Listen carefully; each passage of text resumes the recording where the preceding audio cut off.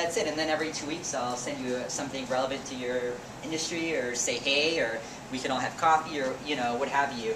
Networking, it's not about you. It's social media is not about you. It's about a connection. It's about a conversation. It's like Siobhan said, answer questions, respond. All right, so this is what you have to do to be successful in social media. Identify your goals. Because if you don't have goals, like, is it more sales? Do you want more Twitter followers? Do you want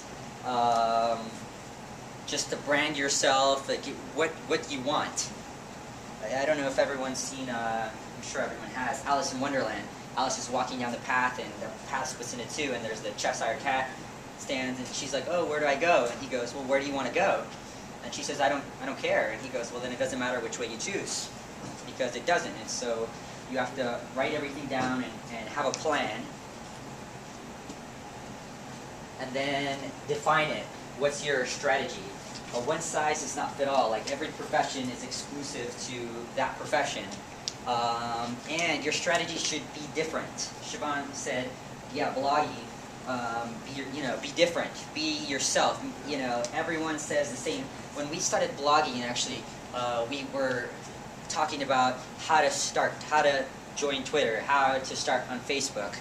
And we were writing articles that were the same as the million other people that were writing articles on how to start on Twitter, how to start on Facebook. So what was making us different? Nothing. We changed it up now.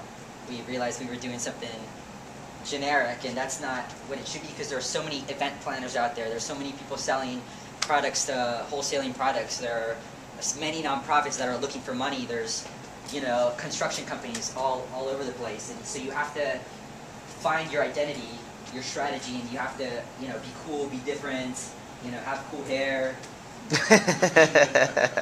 Wishing is not a strategy. So that just goes back to having a goal and writing it down and making yourself accountable. One thing that might work for some people, which might hold you accountable, is when you document on your blog what you're doing. Like, let's say you say, I want to throw an event for Obama before his term is up, and so you can document it so that people are like actually start following you, and they're like rooting for you. It's kind of like crowdsourcing as well, because then they reshare the information. Converse. No more business talk. This is conversation. This is communication. And if you need help, ask. There are several community forums online. You just have to search for it. There's like WordPress has forums for free that developers share the information. I know Siobhan and I respond to information for free, like that we find in the community forums. You can also outsource. And because I don't want to confuse you, social media is not the answer to everything. If your product sucks, social media will not help. If you're selling lemons, it's not going to help you.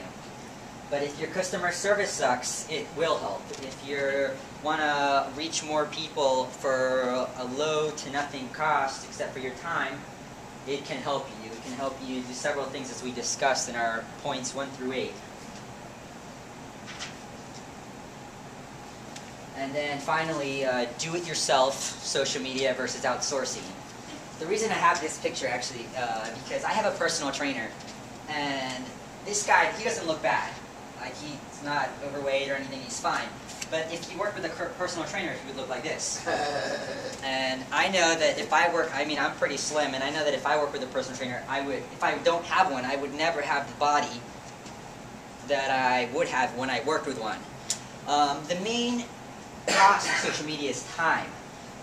And if you're not responding to people, if you're not engaging people, if you're not sharing information, then whatever you're doing is just a waste of time. So you might as well not do it at all, because it's about engaging. If you have the time, and it's only like 2 to 3 hours a day, if you're on whatever social media sites that are relevant to you, and you're sharing relevant information, and you're connecting with people, then you can very well do it yourself.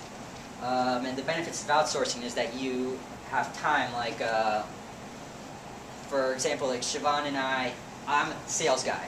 So a lot of my time for the business social media isn't mine. I do my own personal social media. Siobhan's a little more shy than I am, so I'm like knocking on doors, and that's where I would, like, if I were just a sales guy, I would outsource that, because my forte is sales.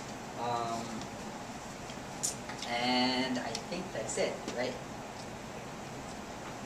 That's it. Thank you very much.